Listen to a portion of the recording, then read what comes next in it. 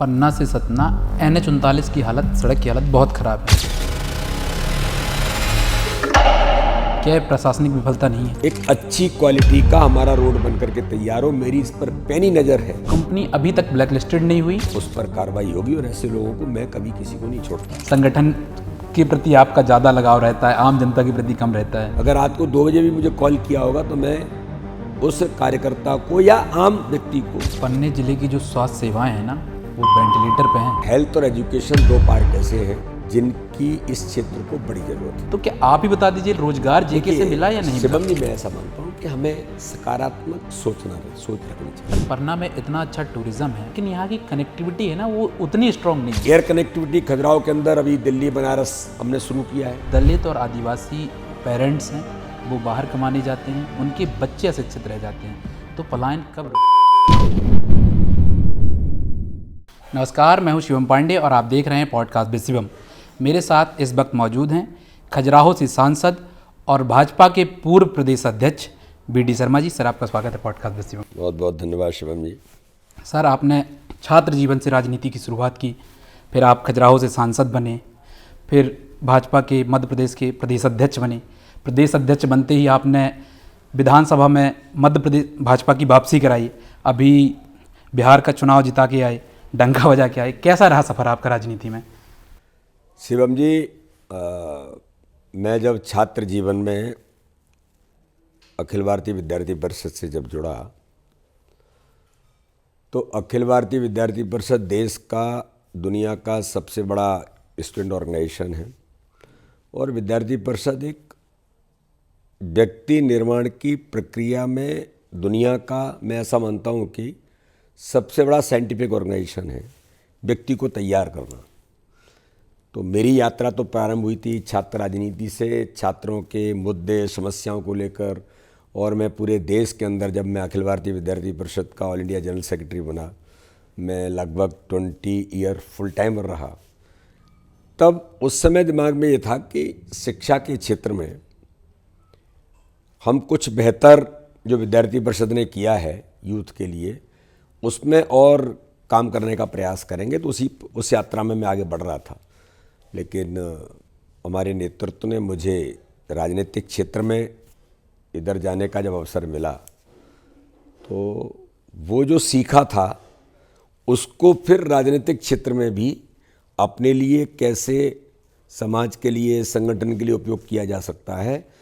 तो जो विद्यार्थी परिषद में सीखा था उसके आधार पर इस यात्रा में भी वो सहयोगी बना और उसके आधार पर भारतीय जनता पार्टी में भी यात्रा ठीक तरीके से प्रारंभ हुई।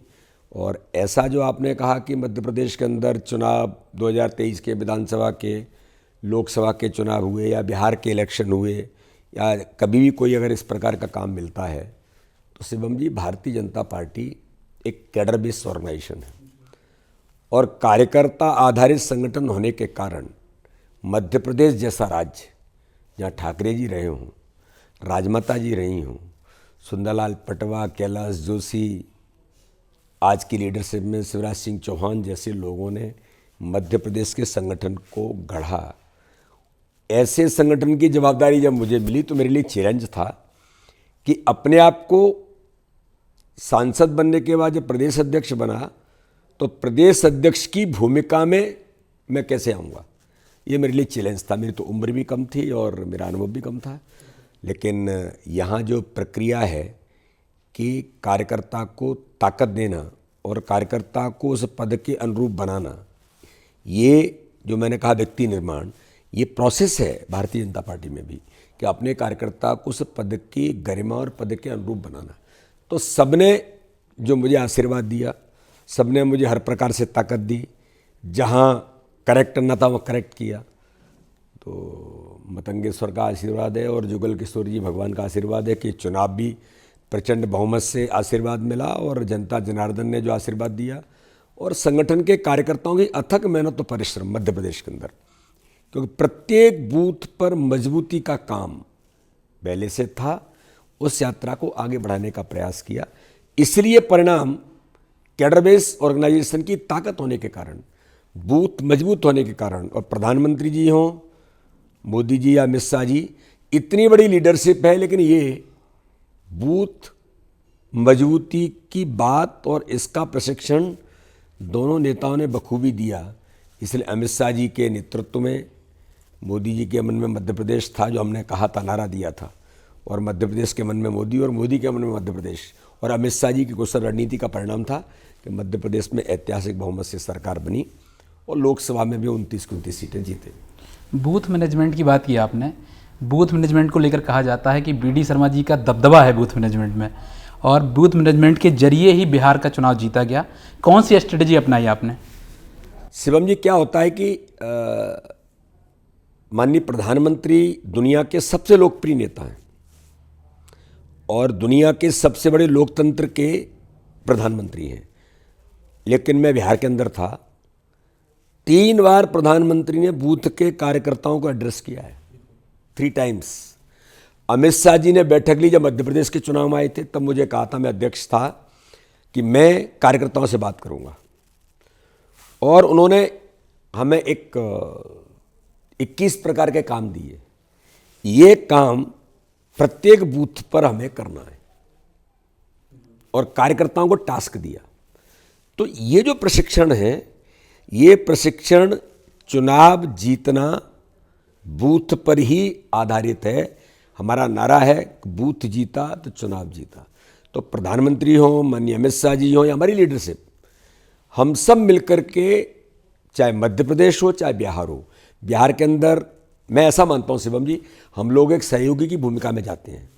पड़ोसी राज्य है, हमारे भाजपा एक परिवार है, तो संगठन के नाते से जवाबदारियाँ होती हैं, तो हम सबको भेजा जरूर जाता है। तो हम सहयोगी की भूमिका में पर्दे के पीछे रहते हैं, लेकिन वहाँ का कार्यकर्ता जो मेहनत करता है, बिहार के अंदर मैं जिस रीजन में था, मेरे पास 3 लोकसभा की 19 सीटों का मुझे समन्वय कोऑर्डिनेशन के लिए काम दिया था। बिहार का कार्यकर्ता अथक मेहनत परिश्रम जो कर रहा था, उसमें हम सहयोगी बने।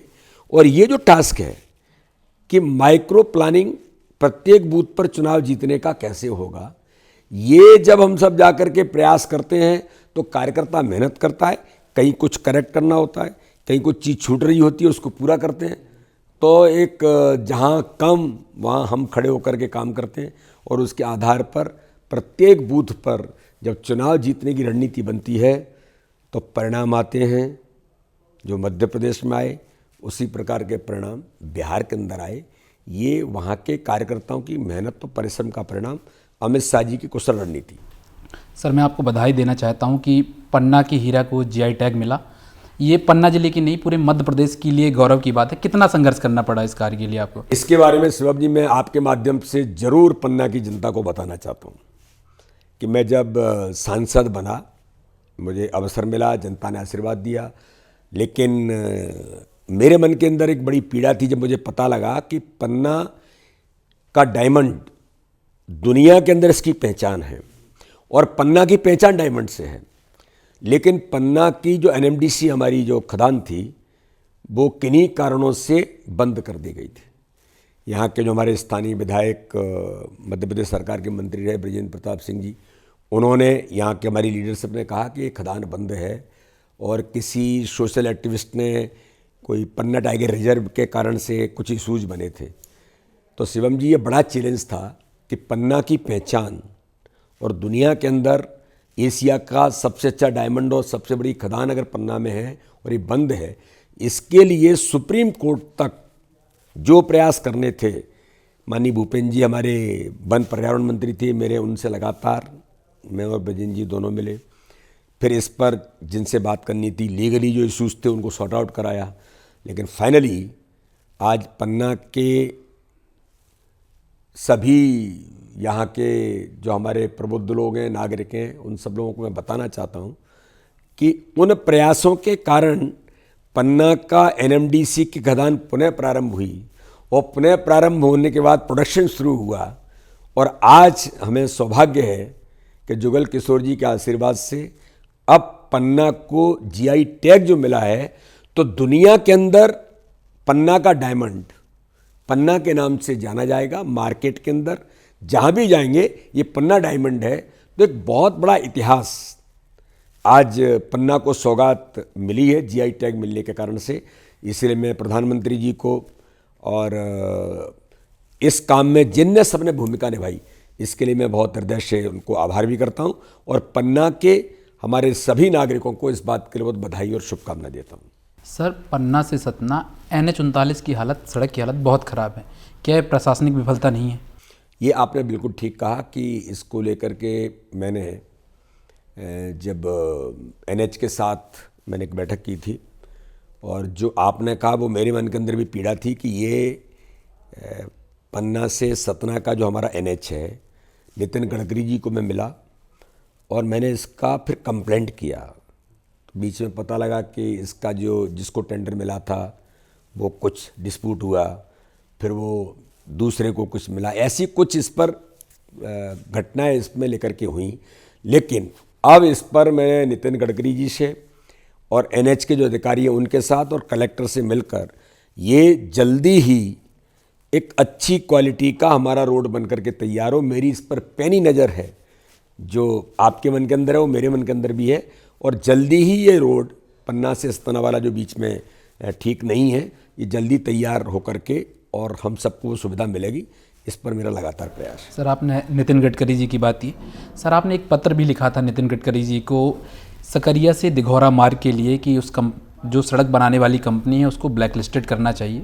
वो कंपनी अभी तक ब्लैक लिस्टेड नहीं हुई और आप ही की विधानसभा में पवई बाईपास का काम वही कंपनी कर रही है। ये किसी प्रकार नहीं, उसके बारे में मैंने कंप्लेंट की है और शिवम जी PWD डिपार्टमेंट से और वो पटल पर चीज़ें आ गई हैं। जो ठेकेदार है और जिस रोड के बारे में इशू बना था, कुछ एरिया वो बरसात के समय में बनाई रोड जो उखड़ गई थी, उसको लेकर के मैंने घोर आपत्ति की थी और उस ठेकेदार पर PWD ने, NH ने इस पर गंभीरता से एक्शन करने का अभी उस पर कार्रवाई लंबित है, लेकिन मुझे विश्वास है कि उस पर कार्रवाई होगी और ऐसे लोगों को मैं कभी किसी को नहीं छोड़ता।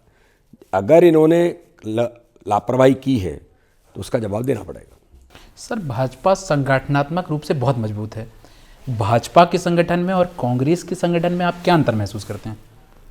देखिए शिवम जी, भारतीय जनता पार्टी एक थॉट प्रोसेस पर काम करने वाला ऑर्गेनाइजेशन है। हम एक विचार को लेकर के काम करते हैं और भारतीय जनता पार्टी की स्थापना ही जनसंघ से भारतीय जनता पार्टी बनी 1980 में अटल जी के नेतृत्व में। उससे पहले जनसंघ था। जनसंघ क्यों बना, जब इस परिप्रेक्ष्य में चले जाएंगे तो भाजपा और कांग्रेस में अंतर समझ में आ जाएगा कि कांग्रेस के प्रधानमंत्री जब पहले प्रधानमंत्री नेहरू जी बने, सरदार पटेल गृह मंत्री बने, तो नेहरू जी ने देश के अंदर आज़ादी के बाद धारा 370 संविधान में जब प्रावधान किया, एक देश के अंदर 2 विधान 2 निशान 2 प्रधान। श्याम प्रसाद मुखर्जी उद्योग मंत्री थे उस सरकार के, उन्होंने रिजाइन करके कहा था ये नहीं चलेगा, कानून तोड़ा था, वो जेल के अंदर गए थे और उनकी हत्या हुई और उससे पहले उन्होंने जनसंघ की स्थापना की थी। यानी धारा 370 के लिए जनसंघ बना था, देश की एकता और अखंडता के लिए। कांग्रेस ने धारा 370 लगाई थी और धारा 370 में शिवम जी मैं आप आज के माध्यम से प्रदेशवासियों को, देशवासियों को बताना चाहता हूं, धारा 370 में प्रावधान क्या था। धारा 370 में प्रावधान था कि जो सफाई कर्मी जम्मू कश्मीर के अंदर सफाई कर्मी है, उसका बेटा और बेटी जिंदगी भर सफाई कर्मी ही रहेगा। अगर वो कितना टैलेंटेड हो, कितना ही होशियार हो, कितना ही मेहनती हो, परिश्रमी हो, लेकिन वो नौकरी नहीं कर सकता। शेष भारत में मजदूर का बेटा, किसान का बेटा, किसी का भी बेटा हो, अगर वो मेहनत करता है तो कुछ ही बन सकता है, लेकिन जम्मू कश्मीर में नहीं था। लेकिन वो धारा 370 अटल बिहारी वाजपेयी जब बने थे प्रधानमंत्री, जब गैर कांग्रेसी सरकार बनी तो अटल जी ने कहा था मेरा दल अगर बहुमत में होता तो सबसे पहले मैं धारा 370 हटाता। कोalition गवर्नमेंट थी, लेकिन जब प्रधानमंत्री मोदी जी बने तो उन्होंने सबसे पहले धारा 370 हटेगी और सदन के अंदर कानून संविधान में संशोधन करके धारा 370 हटाई, जिसके लिए जनसंघ बना था, जो बाद में अटल जी के नेतृत्व में भारतीय जनता पार्टी बनी। तो ये अंतर है।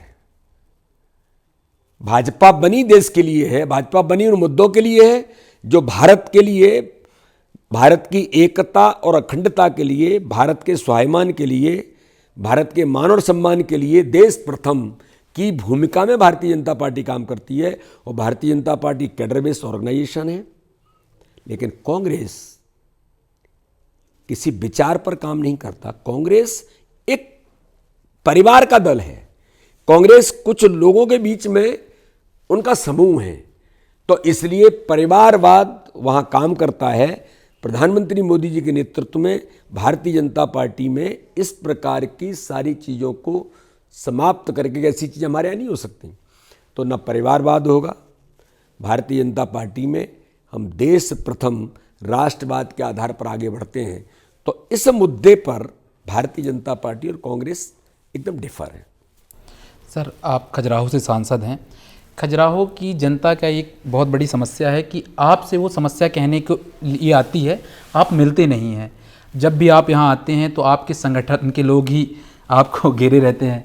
संगठन के प्रति आपका ज़्यादा लगाव रहता है, आम जनता के प्रति कम रहता है। शिवम जी, वैसे मैं आपको बताना चाहता हूँ कि मेरे मिलने का, मैं अपने खजुराहो लोकसभा की जनता से मेरा संपर्क, मैं जब दौरे मेरे होते हैं तो मैं लगातार लोगों से अधिकांश क्षेत्रों में प्रयास करता हूँ कि ज़्यादा से ज़्यादा लोगों से मिल सकूँ। यहाँ अब जब रहता हूँ तो यहाँ भी मिलता हूँ, कटनी में जाता हूँ कटनी मिलता हूँ, और राजनगर और चंदला के अंदर भी लोगों से मिलने का प्रयास करता हूँ।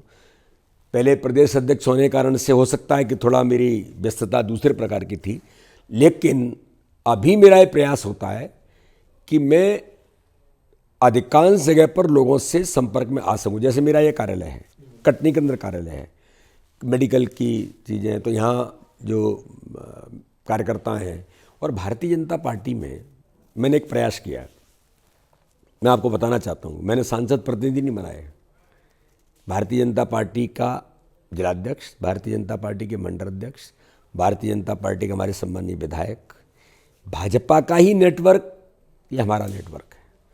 तो इनके माध्यम से ही सारी चीज़ें चलती हैं। तो मुझे मंडल अध्यक्ष कनेक्शन में रहते हैं, मेरे बूथ का अध्यक्ष मुझे सीधे फ़ोन करता है। कोई समस्या मेरी लोकसभा में कहीं आती है तो बूथ का अध्यक्ष मुझे सीधे बात करता है और मैं सीधे उससे बात करता हूँ। तो कार्यकर्ता के साथ आम जनता का जो कनेक्शन होता है, और यही हम चाहते हैं। प्रधानमंत्री जी हमें जो कहते हैं, हमारा बूथ का नेटवर्क, गरीब कल्याण की योजनाएं, सरकार के विकास की परियोजनाएं, ये सारी चीज़ों को नीचे ज़मीन पर उतारने के लिए भाजपा के कार्यकर्ता को जो प्रयास करना चाहिए, ये हमारी ताकत है, ये हम प्रयास करते हैं। तो उनसे ही फीडबैक मिलता है, सीधे भी मिलता हूँ। आपने देखा होगा अभी मैं कितनी देर को आऊँगा, लेकिन लोग फिर भी, और सुबह जल्दी ही लोग आना शुरू करते हैं। तो मेरा ये प्रयास है कि ज़्यादा से ज़्यादा लोगों के साथ कनेक्शन हो, और कोई भी समस्या है, अगर रात को 2 बजे भी मुझे कॉल किया होगा तो मैं उस कार्यकर्ता को या आम व्यक्ति को इस दिशा में आगे बढ़ता हूँ। फिर भी मैं भी मनुष्य हूँ, कुछ व्यस्तताओं के कारण से कभी ऐसा हो सकता है कोई आए और हो सकता है मैं ना मिल पाया हूँ, लेकिन मेरा प्रयास होता है कि मैं ऐसे अपने उन सभी लोगों के साथ क्षेत्र की जनता से ज़्यादा कनेक्ट। सर, आपने सांसद खेल महोत्सव के माध्यम से पन्ना जिले के प्रतिभावान, अपनी लोकसभा के प्रतिभावान खिलाड़ियों को उभारने का प्रयास किया। आप खेल के क्षेत्र में और कौन से प्रयास कर रहे हैं अभी? देखिए, ये आपने बहुत अच्छी बात कही। पूरे संसदीय क्षेत्र में पिछली बार हमने खेल महोत्सव, सांसद खेल महोत्सव की शुरुआत की थी, और बहुत अच्छा यहाँ पर सांसद खेल महोत्सव हुआ।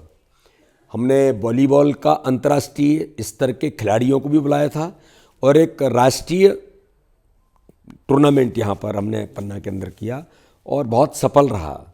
इसी प्रकार से अभी 25 तारीख को हम सांसद खेल महोत्सव का शुभारंभ कर रहे हैं, और 25 दिसंबर को समापन होगा। इस बार हमने एक नया इसमें प्रयास किया है कि खेलों के साथ कल्चरल और साहित्यिक, क्योंकि हर क्षेत्र में, बुंदेलखंड का क्षेत्र है, हमारे साहित्यिक गतिविधियाँ भी बहुत, हमारे लोग हैं, हमारे नौजवान हैं, और स्पोर्ट्स में जो 8 राष्ट्रीय खेल हैं, उनके साथ ट्रेडिशनल गेम्स जो पन्ना, खजुराहो, कटनी के अंदर हमारे बच्चे गांव के अंदर खेलते हैं, उनको भी हम जोड़ रहे हैं। तो इसलिए इस प्रकार की गतिविधियों में मुझे बताने में आपको गर्व है कि अभी हमने इसके रजिस्ट्रेशन कराए हैं।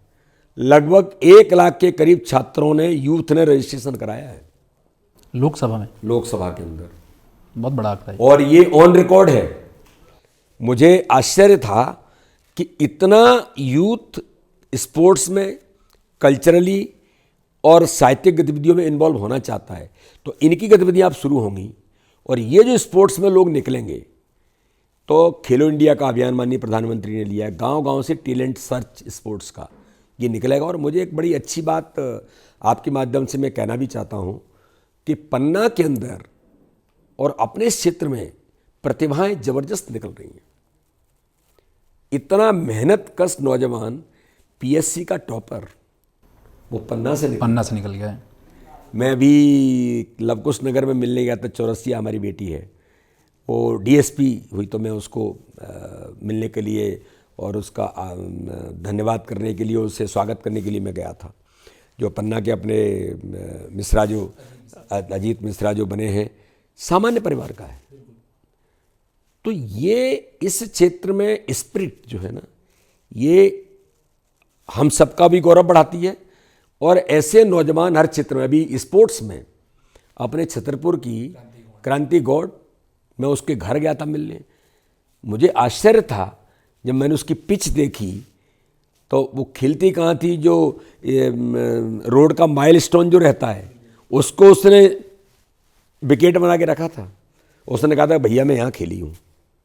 और एक बेटी और आदिवासी समाज कठिन परिस्थिति में, इस रीजन में, बुंदेलखंड के क्षेत्र में नौजवान जबरदस्त मेहनती है, उसे केवल अवसर मिलना चाहिए। तो मेरा ये प्रयास है कि अपने उन बच्चों को मंच मिले और उस अवसर के आधार पर वो आगे बढ़ें, पिकअप हों। तो ये आपके माध्यम से भी मैं कहना चाहता हूँ कि ज़्यादा से ज़्यादा बच्चे, हमारे यूथ जो खेलों में, सांस्कृतिक गतिविधियों में और हमारे साहित्यिक गतिविधियों में जो इन्वॉल्व होना चाहते हैं, इस सांसद खेल महोत्सव में वो सहभागिता करें। बड़ी संख्या में लोगों ने रजिस्ट्रेशन कराया है, तो इसकी हम शुरुआत कर रहे हैं। सर, पन्ने जिले की जो स्वास्थ्य सेवाएं हैं ना, वो वेंटिलेटर पे हैं। आपको बता दूं, मैं देवेंद्र नगर से आता हूं। देवेंद्र नगर की अस्पताल की हालत ऐसी है कि उधर 3 मेडिकल ऑफिसर चाहिए और 4 आपको स्पेशलिस्ट चाहिए। ना 3 मेडिकल ऑफिसर है, ना 4 स्पेशलिस्ट हैं। ये सीएससी अस्पताल की हालत है। और पीएससी की कितनी ख़राब होगी आप इससे अंदाज़ा लगा लीजिए सर। सोनोग्राफी नहीं है, ईसीजी मशीन नहीं है, आईसीयू नहीं है, ट्रामा सेंटर नहीं है, 100 वाहन नहीं है, और पूरे ज़िले में एक रेडियोलॉजिस्ट नहीं है। मशीनें हैं, रेडियोलॉजिस्ट का डॉक्टर नहीं है सर। शिवम जी, हेल्थ और एजुकेशन 2 पार्ट ऐसे हैं जिनकी इस क्षेत्र को बड़ी ज़रूरत है। आपने ये देवेंद्र नगर के बारे में आपने देखा होगा, लेकिन एक प्रयास हमने किया है कि स्वास्थ्य सेवाओं को बेहतर कैसे बनाया जा सके। तो ये मैं मान सकता हूँ कि कुछ चीज़ें ऐसी कि डॉक्टर की उपलब्धता और जो पर्याप्त मात्रा में डॉक्टर चाहिए वो नहीं होना, ये है। इसमें ओवरऑल मध्य प्रदेश के अंदर जहाँ ज़रूरत है, तो इसके बारे में हेल्थ मिनिस्टर राजेंद्र जी से भी मेरी बात हुई, माननीय मुख्यमंत्री जी से हुई कि इन क्षेत्रों में हमें इस प्रकार के लोगों की ज़रूरत है। ये उपलब्धता के प्रयास भी हुए हैं। जैसे आपने कहा कि पन्ना के अंदर कोविड के समय में यहाँ जो मशीनें उपलब्ध होनी चाहिए तो नहीं थी, लेकिन हमने प्रयास करके उनको यहाँ लाने का प्रयास किया और पन्ना में उपलब्धता हो गई। खजुराहो के अंदर भी मैंने शुरुआत की थी। फिर कई प्रकार के वेंटिलेटर, कई प्रकार की चीज़ें जो ज़रूरत थी वो सारी चीज़ें भी हुई। जैसे आपने कहा कि जहाँ पर इन चीज़ों की ज़रूरत है वो भी हम कर रहे हैं। डॉक्टर्स के बारे में और चाहिए वो भी कर रहे हैं। एक बड़ी उपलब्धि पन्ना को मेडिकल के क्षेत्र में जो हमने डिमांड किया था कि मेडिकल कॉलेज मिले। मेडिकल कॉलेज की स्थापना मुझे ऐसा लगता है कि जल्दी ही माननीय मुख्यमंत्री जी ने आज भी कहा, वो आए थे कि जल्दी ही हम भूमि पूजन करेंगे और मेडिकल कॉलेज जल्दी से जल्दी यहाँ शुरुआत हो। जो सबसे बड़ी ज़रूरत पन्ना की थी, मैं भी ये मानता हूँ कि पन्ना जैसे क्षेत्र में अगर यहाँ किसी को कुछ हो जाए तो जबलपुर, भोपाल या रीवा, ये मेरे मन की बहुत पीड़ा थी। और ये प्रयास थे, इस पर हमने गंभीरता से बात भी की थी। आज हमारा परिणाम है कि हॉस्पिटल की सुविधाएं बढ़ी हैं, हॉस्पिटल में जो चीज़ें चाहिए वो हमने भी प्रयास किए। हमने अन्य लोगों से भी बात करके प्रयास किए कि उसकी सुविधाएं यहाँ पर और मिलें, और मेडिकल कॉलेज की स्थापना होने के बाद इस समस्या में एक बेहतर प्रयास होंगे, मैं ऐसा मानता हूँ। और जो आपने कहा कि अन्य क्षेत्रों में इसके बारे में भी चर्चाएं हमने की है कि ज़्यादा से ज़्यादा सुविधाएं कैसे मिल सकती हैं। सर, मैं डॉक्टर की कमी राजनीतिक विफलता कभी नहीं मानता, क्योंकि सरकार पढ़ाती है मेडिकल कॉलेज में, बच्चे आते हैं, पढ़ते हैं, 1 साल का बॉन्ड पूरा करते हैं, और कुछ जो ज़्यादा ही अमीर रईस घर के होते हैं वो बॉन्ड का पैसा देके निकल जाते हैं। तो क्या इसके लिए भी प्रयास किए जा सकते हैं कि यदि आप हमारे सरकार के पैसों से पढ़ रहे हो तो सरकारी सेवाएं 5 से 10 साल तो दो कम से कम, अपना personal medical college, personal medical खोल लेते हैं, हॉस्पिटल खोल लेते हैं। शिवम जी, आपने मतलब आप युवा और इतना सोचते हैं, ये मतलब मैं बड़ा अच्छा मानता हूँ। ये प्रयास वास्तव में करने की ज़रूरत है। और मुझे तो खुशी कब होती है कि जब पन्ना का, छतरपुर का कोई मेडिकल में जो बच्चे सेलेक्ट हो जाते हैं तो हम उनको प्रयास करते हैं कि वो यहाँ जॉब में आ जाएं, या माना कि कोई प्राइवेट काम भी करना है तो वो यहाँ करेंगे और साथ में ये चीज़ें होंगी तो और अच्छा होगा। तो ये वास्तव में इस बात की ज़रूरत है। लेकिन फिर भी अभी हेल्थ डिपार्टमेंट ने बड़ी संख्या में डॉक्टर्स की भर्ती भी अभी की हैं, और स्टाफ के बारे में भी कई प्रकार की चीज़ें भी हुई हैं। तो मुझे लगता है कि इस दिशा में भी अब बेहतर प्रयास हो रहे हैं। जैसे खजुराहो है, बर्ड हेरिटेज है, दुनिया के लोग आते हैं, लेकिन वहाँ हेल्थ की सुविधाएं नहीं थी। लेकिन अभी मैंने CSC हमारे हेल्थ मिनिस्टर से बात करके उन्होंने घोषित किया है, और उसमें बेहतर प्रयास शुरू हुए हैं। आयुर्वेद को लेकर के भी हमने कुछ प्रयास किया है यहाँ। जैसे आयुर्वेदिक हॉस्पिटल पन्ना के अंदर वो बन करके तैयार हो रहा है, खजुराहो के अंदर भी हो रहा है, क्योंकि ये भी एक ज़रूरत है आज के समय में कि आयुष भी अब समाज में इसकी भी बड़ी महत्ता बढ़ रही है। तो आयुर्वेदिक ट्रीटमेंट भी मिले, एलोपैथी में बाकी जो चीज़ें वो हों, तो ये भी हम इस पर प्रयास करने का ठीक तरीके से कर रहे हैं। सर, जहाँ जहाँ कांग्रेस पार्टी हारती है वहाँ वोट चोरी का मुद्दा उठाती है और चुनाव आयोग की संलिप्तता पर सवाल खड़ी करती है। सवाल रहता है चुनाव आयोग पर, जवाब भाजपा देती है, क्यों? ये देखिए, वास्तव में ये कांग्रेस की विफलता और हताशा है। अब विपक्ष जो है, इनके पास कोई मुद्दे नहीं होते हैं, तो ये इलेक्शन कमीशन या वोट चोरी, आप मुझे शिवम जी बताइए, क्या कोई वोट चोरी होता है क्या? आप कुछ भी मुद्दा बनाते हैं। बिहार के अंदर बिहार को विकसित बिहार बना दिया। बिहार के अंदर हर गरीब के जीवन में खुशी लाने का काम प्रधानमंत्री मोदी जी ने किया है। नीतीश कुमार की सरकार ने जिस प्रकार से काम किया है, तो जनता विकास और गरीब कल्याण के साथ खड़ी है। प्रधानमंत्री मोदी का नेतृत्व है, नीतीश कुमार जैसा ईमानदार नेता वहाँ का मुख्यमंत्री है, तो जनता आशीर्वाद दे रही है। विपक्ष हताशा के कारण इस प्रकार की बात करता है। आज मैं समाचारों में सुन रहा था, एक लगभग बड़ी संख्या में देश के रिटायर्ड जजेज, देश के बड़े ब्यूरोक्रेट्स, लगभग बड़ी संख्या में, शायद मुझे लगता है कि 127 ऐसा कुछ नंबर था, मैं एकदम एग्जैक्टली सुन नहीं पाया, उन्होंने ये कहा है और चिंता व्यक्त की है कि कांग्रेस जिस प्रकार से इलेक्शन कमीशन को बदनाम करने का प्रयास कर रही है, ये लोकतंत्र के लिए खतरा है। उन्हें चिंता ही नहीं है। इलेक्शन कमीशन कौन है भाई? इस देश की संवैधानिक संस्था है, वो किसी दल से नहीं चलती है। देश कानून से चलता है, संविधान से चलता है। लेकिन हम हार रहे हैं तो उन पर भी आरोप लगाएंगे, हम सुप्रीम कोर्ट पर भी आरोप लगाएंगे। तो दुर्भाग्य है कि देश के अंदर राहुल गांधी टाइप के जो लोग हैं, ये अप्रासंगिक हो गए हैं। जनता ने इन्हें नकार दिया है, लेकिन ये देश के लोकतंत्र के लिए खतरा बनते जा रहे हैं। सर, जीतू पटवारी हमेशा सवाल उठाते हैं कि जो भारतीय जनता पार्टी है वो किसान विरोधी पार्टी है, और कहीं ना कहीं ये समझ में आता है खाद की समस्या को लेकर हर साल दर साल किसान खाद के लिए लाइन में खड़ा होता है और लाठियां खाता है। देखिए, किसानों के बारे में शिवम जी, भारतीय जनता पार्टी की सरकार कहीं भी हो, प्रधानमंत्री मोदी जी के नेतृत्व में, या मध्य प्रदेश के अंदर हमारी सरकारें जो काम कर रही हैं, या अन्य राज्यों में भी, अगर कोई संवेदनशील सरकारें किसानों के बारे में काम कर रही हैं तो भारतीय जनता पार्टी की है। मध्य प्रदेश के अंदर भी ये जो खाद का इशू कभी कभी आता है, तो खाद के बारे में इसकी चर्चा ज़्यादा करने का प्रयास हुआ है, लेकिन फिर भी जैसे कहीं से मुद्दा आया, हमने तत्काल कलेक्टर को बात की। कलेक्टर ने कहा कि नहीं साहब, खाद की उपलब्धता बराबर है, कहीं थोड़ा बहुत प्लस माइनस होता है, तत्काल हम उसकी व्यवस्था भी करते हैं। कुछ इंटरनेशनली इशू ऐसे बन गए कि जिनके कारण से खाद की प्रॉब्लम आई, लेकिन उसका अल्टरनेट प्रधानमंत्री जी ने या मुख्यमंत्री जी ने तत्काल उसकी व्यवस्था बनाने का प्रयास हुआ। और मैं ऐसा मानता हूं कि कभी ऐसे मुद्दे बड़े इश्यूज नहीं हैं, समस्या आ सकती है, लेकिन उनको समाधान करने का काम तत्काल सरकार और भारतीय जनता पार्टी का नेतृत्व या प्रशासन उसको करने का प्रयास करता है। सर, पन्ना ज़िले में बेरोजगारी बहुत ज़्यादा है, जिसके कारण पलायन होता है, और पलायन के कारण अशिक्षा, जो दलित और आदिवासी पेरेंट्स हैं वो बाहर कमाने जाते हैं, उनके बच्चे अशिक्षित रह जाते हैं, तो पलायन कब रुकेगा?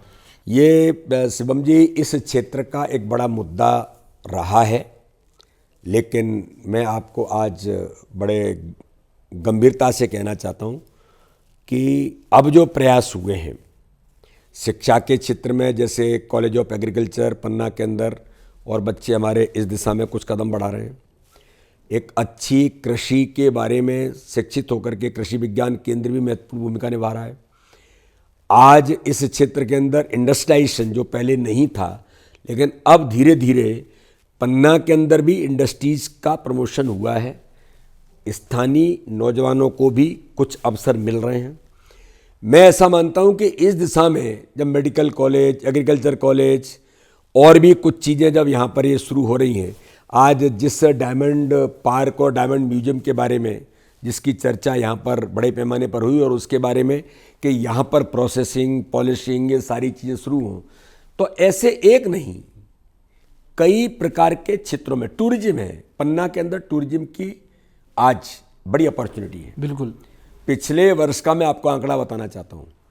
दुनिया के पर्यटक, विदेशी पर्यटक मध्य प्रदेश के अंदर जो आए, सर्वाधिक पसंद, पहली पसंद उनका पन्ना टाइगर रिजर्व बना। आज ही मैं ओबराय का जब इनॉग्रेशन था तो यही बात कर रहे थे कि खजुराहो पन्ना टाइगर रिजर्व से कनेक्ट होने के कारण अब पन्ना का टूरिज्म भी बढ़ रहा है। पन्ना मंदिरों की नगरी है। आज मैं सिद्धनाथ और चौमुखनाथ गया था। आर्कोलॉजिकल और आध्यात्म की दृष्टि से बहुत बड़ी अपॉर्चुनिटीज़ हैं। वहाँ म्यूजियम की जो स्थापना हुई है और उसके अंदर रिसर्चर आएंगे और समझेंगे, तो पन्ना भी भगवान राम के वन गमन पथ का हिस्सा है। ये हमारे लिए गौरवशाली है कि मुरारी बापू आते हैं और कथा करते हैं। तो ये मुझे ऐसा लगता है कि टूरिज्म भी पन्ना के नौजवानों के लिए रोजगार के नए अवसर खड़ा करेगा। इसके लिए हम प्रयास कर रहे हैं कि पन्ना टाइगर रिजर्व खजुराहो के साथ ये जो कनेक्टिविटी बने, उसको हम कैसे पन्ना के साथ और जुड़ें।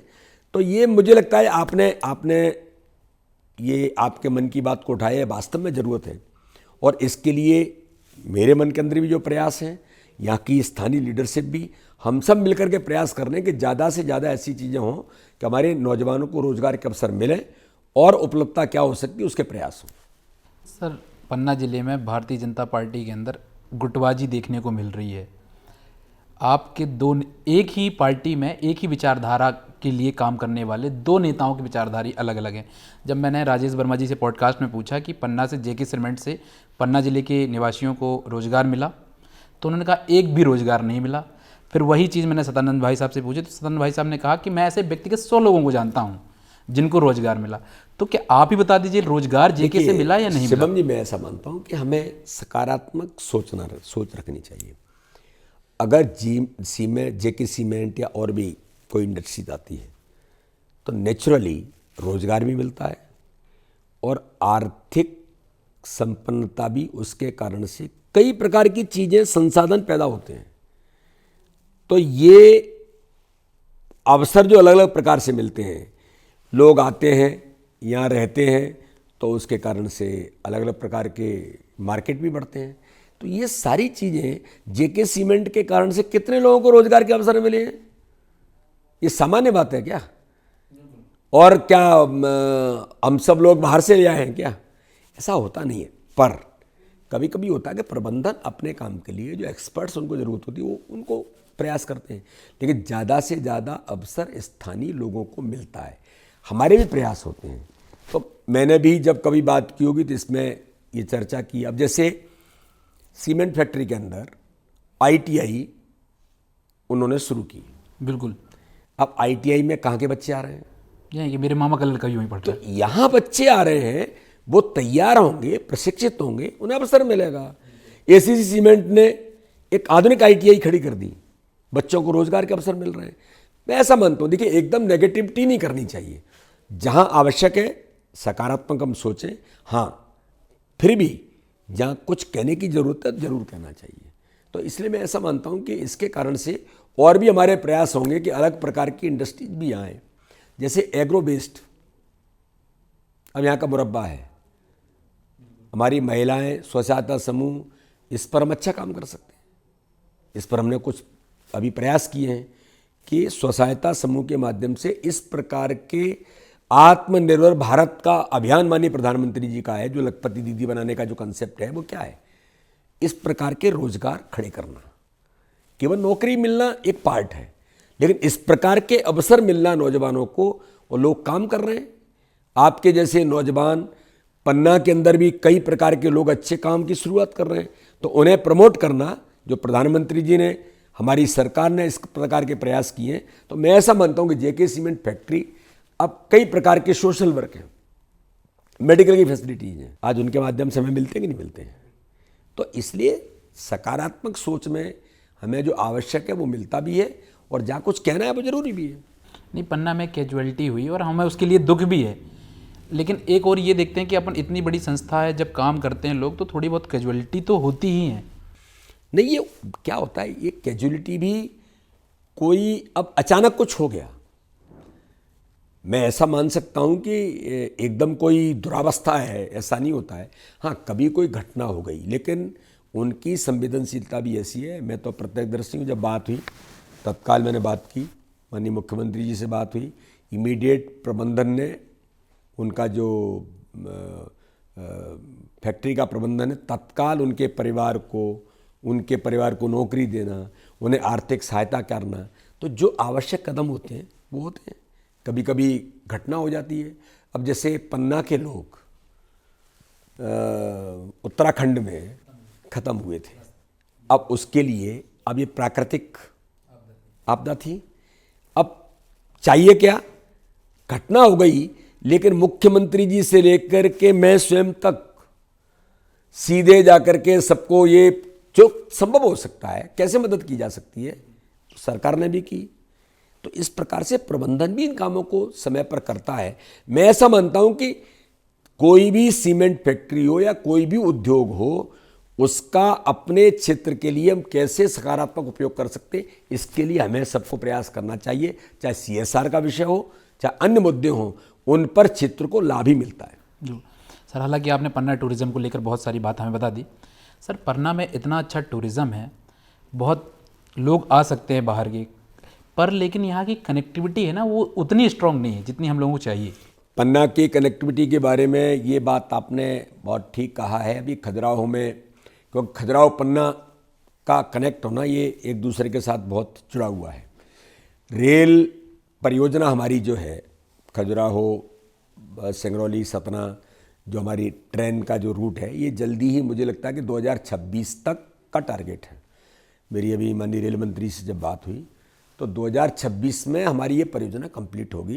तो सबसे बड़ी कनेक्टिविटी हमारी जो है, जो इस क्षेत्र की बहुत बड़ी ज़रूरत है।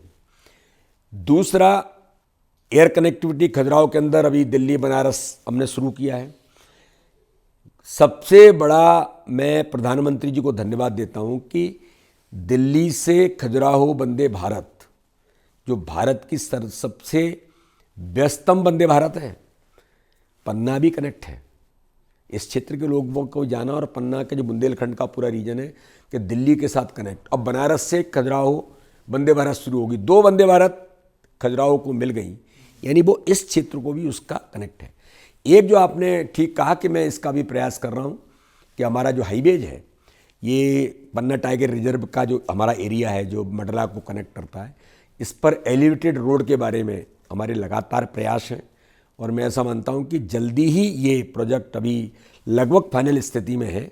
ये जैसे ही कंप्लीट होगा तो ये एलिवेटेड रोड के कारण से हमारी कनेक्टिविटी और अच्छी बढ़ेगी। ये भी प्रयास कर रहे हैं। सकरिया हमारी हवाई पट्टी है, तो कभी टूरिज्म में ये भी हो सकता है कि कोई प्राइवेट चार्टर इस प्रकार के लोग आते हैं पन्ना के अंदर, तो उनके लिए भी सुविधा है। हिनोता गेट की अलग से हमने शुरुआत कराई है, जो पन्ना को क्रॉस करके जाएगा, तो पन्ना का टूरिज्म बढ़ेगा। पन्ना के अंदर अभी अटल पार्क और पन्ना में टूरिज्म का कोई अच्छा होटल बने, ये भी मैंने उनको स्पेशली अलग से आग्रह किया कि पन्ना में भी आप ये कुछ प्रयास करिए। तो इस प्रकार की चीज़ें टूरिज्म को लेकर के भी और कनेक्टिविटी को लेकर के भी प्रयास कर रहे हैं। सर आखिरी सवाल है सर, सतना और रीवा में सरकारी मेडिकल कॉलेज है, आपकी लोकसभा कटनी और पन्ना में ट्रिपल पी मोड वाला मेडिकल कॉलेज स्वीकृत हुआ, सर ऐसा भेदभाव क्यों? देखिए शिवम जी, क्या होता है कि मेडिकल कॉलेज देश के अंदर माननीय प्रधानमंत्री जी का टारगेट है कि हर जिले में मेडिकल कॉलेज खुले। पहले लोकसभा टारगेट था कि लोकसभा में जाए, लेकिन क्या होता है शिक्षा और स्वास्थ्य में सामाजिक सहभागिता की भी बहुत ज़रूरत है। और संसाधनों के कारण जब सरकारों को लगता है कि समाज में अच्छा काम करने वाले जो समूह हैं उनकी भी अपनी उपयोगिता, और मेडिकल के क्षेत्र में इसका बड़ा उपयोग है। आज मैं कहता हूँ जबलपुर में किसी को कुछ होता है, उन्होंने कहा साहब कहाँ, नागपुर में बहुत अच्छा सुविधा है मेडिकल की, और तत्काल वहाँ हमें बहुत अच्छी सुविधा मिलेगी, लेके चलते हैं, लेके जाते हैं लोग। कहाँ ट्रीटमेंट कराते हैं? ट्रीटमेंट कराते हैं प्राइवेट मेडिकल कॉलेज में, ट्रीटमेंट कराते हैं वहाँ के सुपर स्पेशलिटी में, वो सब प्राइवेट है। तो मेरा ऐसा मानना है कि पब्लिकली प्राइवेट कॉलेज हो या हॉस्पिटल्स हो या इस प्रकार की सुविधाएं हो, तो इन्होंने भी अपने अच्छे परिणाम दिए हैं और दे रहे हैं समाज के अंदर। और प्रधानमंत्री जी या कोई भी प्रबंधन, कोई भी सरकार बिना समाज की सहभागिता के न हेल्थ चल सकती न शिक्षा चल सकती, दोनों की जरूरत है। आज सरस्वती शिशु मंदिर है, सरकार ताकत देती है, बिल्कुल, अच्छे लोग तैयार होते हैं, बिल्कुल। तो मेडिकल कॉलेजों में भी ये प्रयोग अब बहुत सफल हो रहा है। अब जैसे पन्ना में इसकी ज़रूरत थी, सिटी स्कैन की बहुत डिमांड थी। कोरोना में तो हालत ये हो गई थी कि सतना जा रहे हैं, चेक करा रहे हैं। हमने ये प्रयास किए, जिस मेडिकल ग्रुप को ये पन्ना में मेडिकल कॉलेज मिला है, उसी मेडिकल ग्रुप ने उस समय हमको सिटी स्कैन यहाँ सैंक्शन की थी, लेकिन वो फाइनल नहीं हुआ। बाद में सरकार ने सारे मेडिकल कॉलेजों को सिटी स्कैन पीपीपी मोड पर देंगे। आज शिवम जी मैं कह रहा हूँ, आप कभी पता लगाइए और कभी आप जाकर के देखिए, जो पीपीपी मोड का पन्ना के अंदर सिटी स्कैन मशीन है, कितना बेहतर तरीके से बिना शिकायत के और बहुत अच्छे परिणाम दे रहा है। जो ब्लड टेस्ट, हर प्रकार के टेस्ट वो पीपीपी मोड पर पन्ना के अंदर मेडिकल कॉलेज में हमारे हॉस्पिटल के अंदर हैं, सबसे अच्छा परिणाम दे रहे हैं। तो मेरा ऐसा मानना है ये भी समाज में इसकी ज़रूरत है और उसके कारण से अच्छे परिणाम भी आ रहे हैं। सामाजिक दृष्टि से ये अपनी भूमिका ग्रुप निभाते हैं, क्योंकि बड़े ग्रुप हैं और ये लोग भी अपने समाज के लिए कुछ करना चाहते हैं। तो इसलिए मैं ऐसा मानता हूँ केवल सरकारी नहीं, पीपीपी मोड के मेडिकल कॉलेज भी महत्वपूर्ण भूमिका में हैं और ये परिणाम भी हमें अच्छे मिलेंगे। सर मैं स्पष्ट रूप से एक चीज़ कहूँगा कि राजनीति में बहुत ज़रूरी है स्वकारिता का भाव। और सर वो मैं बहुत कम लोगों के लिए बोलता हूँ कि आप में वो दिखा, जो पन्ना ज़िले में कमी थी उस चीज़ को आपने महसूस किया। ये भी ज़िले के लिए एक बहुत महत्वपूर्ण बात है कि सांसद हमारा इस चीज़ को महसूस तो कर रहा है कि हमें इस चीज़ की कमी है। सर यदि आप कोई मैसेज कन्वे करना चाहें। नहीं, मेरा शिवम जी ऐसा मानना है कि ये हम सब के प्रयास हैं और आपके जैसे लोग जो समाज के साथ कनेक्ट हैं, या मैं तो हमेशा करेक्टिव मीजर्स में रहता हूँ। अगर कुछ ऐसी चीज़ें हैं जिनको करना चाहिए तो समाज में, जैसे विकास के बारे में, मैं आपके माध्यम से एक बात जरूर कहना चाहता हूँ। पन्ना देश का, इस प्रदेश का एक ऐसा स्थान है जो पीसफुल है, बहुत छोटा है, सुंदर है, जीरो पॉल्यूशन है, बिल्कुल, खजुराहो से लेकर के पन्ना। लेकिन स्वच्छता, इस पर हमें काम करने की ज़रूरत है। मैं बार बार ये अपील करता हूँ कि हमारा पन्ना, हमें स्वच्छ बनाना है। पर इसमें इंदौर स्वच्छ क्यों है? क्योंकि इंदौर में जनता की सहभागिता है, सिविक सेंस है वहाँ।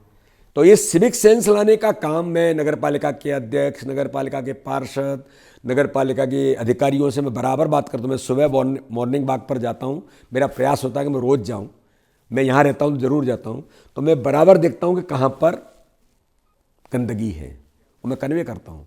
खजुराहो छोटा सा स्थान है, G20 देशों की बैठक हुई, 1.5 महीने हमने अभियान चलाया, लोगों ने कहा इंदौर से भी ज़्यादा स्वच्छ है। और खजुराहो भी छोटा सा स्थान है लेकिन अच्छा बन रहा है।